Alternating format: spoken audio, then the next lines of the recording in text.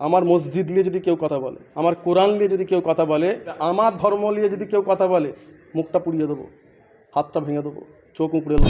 মাদ্রাসা সম্বন্ধে ওনার কোনো জ্ঞান নাই, ওকে সাবধান করে দিচ্ছি, মুখটা সামলে কথা বলবে, ঘর থেকে বাইরে বেরোতে দেবো। আমি এখানে পাগল ছাড়া কিছু মনে করি না।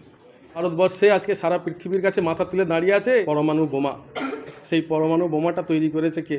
ওই মহিলাটাকে জিজ্ঞাসা করবে। পরমাণু বোমা বাপ তৈরি করেনি, মুসলমানের বাপ তৈরি করেছে। যিনি তৈরি করেছে এপিজে আবুল কালাম, উনি মাদ্রাসার ছাত্র। যে বাবরি মসজিদটা তৈরি করছে মুসলমানদের টাকায়, অর্জুন সিংয়ের বাপের টাকা নয়। কোরআন যেমন আমাদের কাছে পবিত্র, আমার হিন্দু ভাই বোনেদেরও কিতাব তাদের কিতাব পবিত্র। তো মাস্তান হয়েছ, মসজিদ নিয়ে কথা বলছো, ভেঙে দেবে, ক্ষমতা তাকে সামনে জানা, ঘর থেকে বাইরে বেরোতে দেবো না। মুসলমানকে দেখে কুলাকুলি করছে, চুমু খাচ্ছে, বুকে বুকে মিলছে। মধু আছে ভারতবর্ষের, মুসলমানের মধু নেই, তাই লাইনে দাঁড় করিয়ে দিয়েছে এসআইয়া। মহিলাটা আসলেও মাদ্রাসা সম্বন্ধে ওনার কোনো জ্ঞান নাই। এসব অশিক্ষিত মানুষেরা, এদের ইতিহাস সম্বন্ধে কোনো জ্ঞান নাই, শিক্ষা নাই। আমি এখানে পাগল ছাড়া কিছু মনে করি না। যে মাদ্রাসা থেকে এপিজে আবুল কালাম তৈরি হয়েছে, আজকে ভারতবর্ষ সারা পৃথিবীর কাছে মাথা তুলে দাঁড়িয়ে আছে পরমাণু বোমা। সেই পরমাণু বোমাটা তৈরি করেছে কে? ওই মহিলাটাকে জিজ্ঞাসা করবেন, কি নাম ওর? অগ্নিমিত্রা। কী ওসব আমি চিনিও না, ওদের দু পয়সার দামও দিই না। তো ওকে যে জিজ্ঞাসা করবেন, ভারতবর্ষে আজকে সারা পৃথিবীর কাছে মাথা তুলে দাঁড়িয়ে আছে কিসের বলে? পরমাণু বোমা। এই পরমাণু বোমাটা অগ্নিমিত্র না কি বলছেন, অগ্নিমিত্র পাল, ওর বাপ তৈরি করেনি, মুসলমানের বাপ তৈরি করেছে। যিনি তৈরি করেছে এপিজে আবুল কালাম, উনি মাদ্রাসার ছাত্র, ওনাকে জিজ্ঞাসা করবে। তারপরে আমাদের হিন্দু ভাইদের বনগা আপনার হরিচাঁদ ঠাকুর, আপনার মতুয়াদের যিনি ঠাকুর আছেন হরিচাঁদ ঠাকুর, এনারা সব মাদ্রাসায় পড়াশোনা করেছে। এই মাদ্রাসা থেকে অনেক হাফেজে কোরআন, মৌলানা, এনারা আইপিএস অফিসার, ডাক্তার, এই মাদ্রাসায় পড়াশোনা করে অনেক কিছু হয়েছে। ইভেন এই মাদ্রাসায় যারা পড়াচ্ছেন টিচার 50% আমার হিন্দু ভাই বোন এই মাদ্রাসায় শিক্ষাগত করেন, হিন্দু ভাই বোনেরা। তা মাদ্রাসায় যদি সন্ত্রাসী তৈরি হয়, তাহলে ওই হিন্দু ভাই বোনেরা কি এইসব ট্রেনিংগুলো দিচ্ছে নাকি? আসলে এদের দু পয়সার দাম দেওয়ার দরকার নেই, এরা পুরো শেষ হয়ে গেছে। এরা জনগণের জন্য, মানুষের জন্য কিছু করেনি, তাই এরা মুসলমানকে, মাদ্রাসাকে, কোরআনকে ঢাল করে এরা মানুষের কাছে একটু হিরো হতে চায়। ওর মাস্তানি আস্তে আস্তে শেষ হয়ে যাচ্ছে। ও আগে বহুত বড় মাস্তান ছিল নাকি, এখন মাস্তানি করতে লোকে ঘর থেকে বাইরে বেরোতে দেবো না। এই যে বাবরি মসজিদটা তৈরি করছে মুসলমানদের টাকায়, অর্জুন সিংয়ের বাপের টাকা নয়। হুমায়ুন কবির মুসলমানদের টাকায় বাবরি মসজিদটা তৈরি করছে। বিশেষ করে আমরা প্রত্যেকটা ধর্মকে মানি, প্রত্যেকটা ধর্মগ্রন্থকে শ্রদ্ধা করি, সম্মান করি, রেসপেক্ট করি, মাথায় রাখি।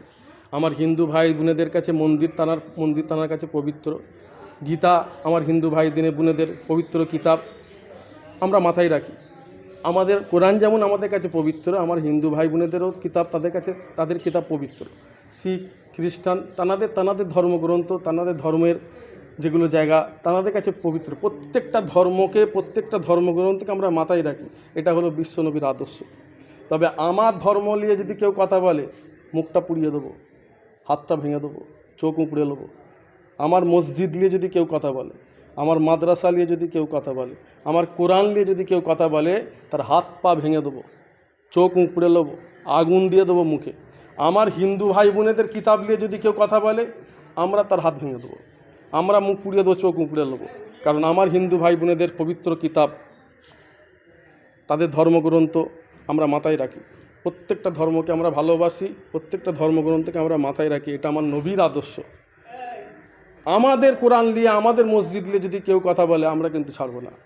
ওকে সাবধান করে দিচ্ছি, মুখটা সামলে কথা বলবে, ঘর থেকে বাইরে বেরোতে দেবো না। তোমার ওই মাস্তানি, ঘর থেকে বাইরে বেরোতে দেবো না। মসজিদ নিয়ে কোনো কথা বলবে না, মাদ্রাসা নিয়ে কোনো কথা বলবে না, কোরআন নিয়ে কেউ যেন কোনো কথা না বলে। প্রত্যেকটা ধর্ম, প্রত্যেকটা ধর্মগ্রন্থ আমরা সবাই এক অপরকে ভালোবাসা নিয়ে প্রত্যেকটা ধর্মের কাজ যে যার মতো করবে। মসজিদ বানাচ্ছে হুমায়ুন কবির সাহেব, 1টা নয় 1000 1 লাখ বাবরি মসজিদ তৈরি হবে মুসলমানের টাকায়, অন্য কারোর টাকায় নয়। অতএব কথা বলার দরকার হলে সুপ্রিম কোর্টে চলে যাও, হাইকোর্টে চলে যাও। অত যদি মাস্তান হও, সুপ্রিম কোর্টে যাও, ডিফেন্স করো, সুপ্রিম কোর্টে গিয়ে হাইকোর্টে যাও, মামলা দাও। তোমার সুপ্রিম কোর্টে যাওয়ার ক্ষমতা নেই, তুমি ফুটো মাস্তান হয়েছো, মসজিদ নিয়ে কথা বলছো, ভেঙে দেবে, ক্ষমতা থাকে সামনে জানা, ঘর থেকে বাইরে বেরোতে দেবো না।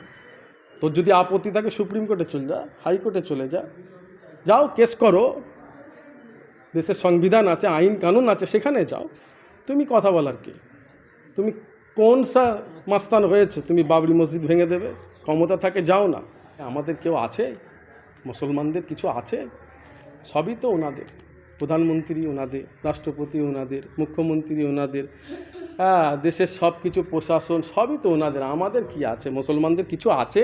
যদি থাকতেই সাহসটা হতো। তাই মুসলমান ভাই বোনেদের বলবো, একটু চিন্তা ভাবনা করে, মাথা ঠান্ডা করে আপনারা চলেন, একটু চিন্তা করবেন।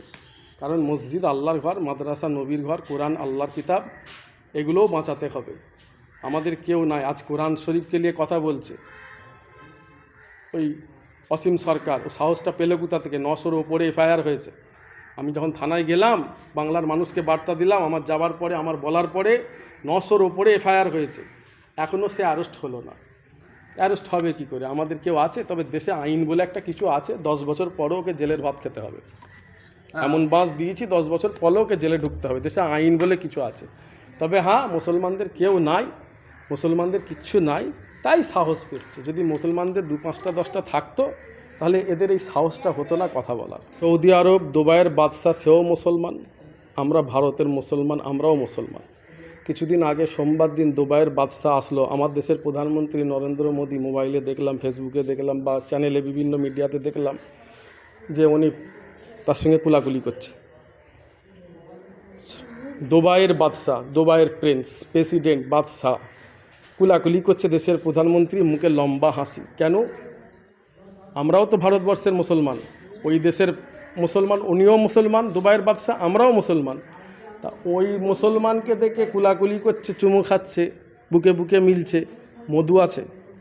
ভারতবর্ষের মুসলমানের মধু নেই, তাই লাইনে দাঁড় করিয়ে দিয়েছে এসআইআর। দেশের মুসলমান দেশের জন্য জান দিয়েছে। আমরা দেশটাকে এত ভালোবাসি, অন্য দেশ যদি ভারতবর্ষের উপরে আক্রমণ চালাতে আসে, মুসলমানরা সিনা পেতে আগে দাঁড়িয়ে থাকবে। এটা আমার নবীর আদর্শ, নবীর শিক্ষা, এটা আমাদের ঈমান। আমার হিন্দু ভাই বোনেরা পিছনে থাকবে, মুসলমানরা সামনে থাকবে। এর প্রমাণ অনেক আছে। যান দিল্লি গেতে, স্বর্ণাক্ষরে লেখা আছে, আমার মতো মুফতি মাওলানা হুজুর দেশের জন্য 60,000 জান দিয়েছে, লক্ষ লক্ষ মুসলমান জীবন দিয়েছে। আমরা সেই মুসলমান, দেশকে আমরা সেইভাবে ভালোবাসি।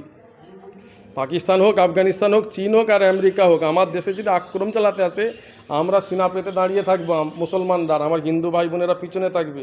আমাদের সেই ঈমান, আমরা সেইভাবে দেশটাকে ভালোবাসি। তাহলে দেশ ব্রিটিশ জানে, সাদা চামড়া জানে আমরা মুসলমান কী জিনিস। আজ আমাদের দুঃখ এটাই, দুবাইয়ের প্রেসিডেন্ট তিনি মুসলমান, তাকে লাইনে দাঁড় করিয়ে দিচ্ছে, তাকে বুকে বুকে মিলছে, আর ভারতবর্ষের মুসলমানকে লাইনে দাঁড় করাচ্ছে।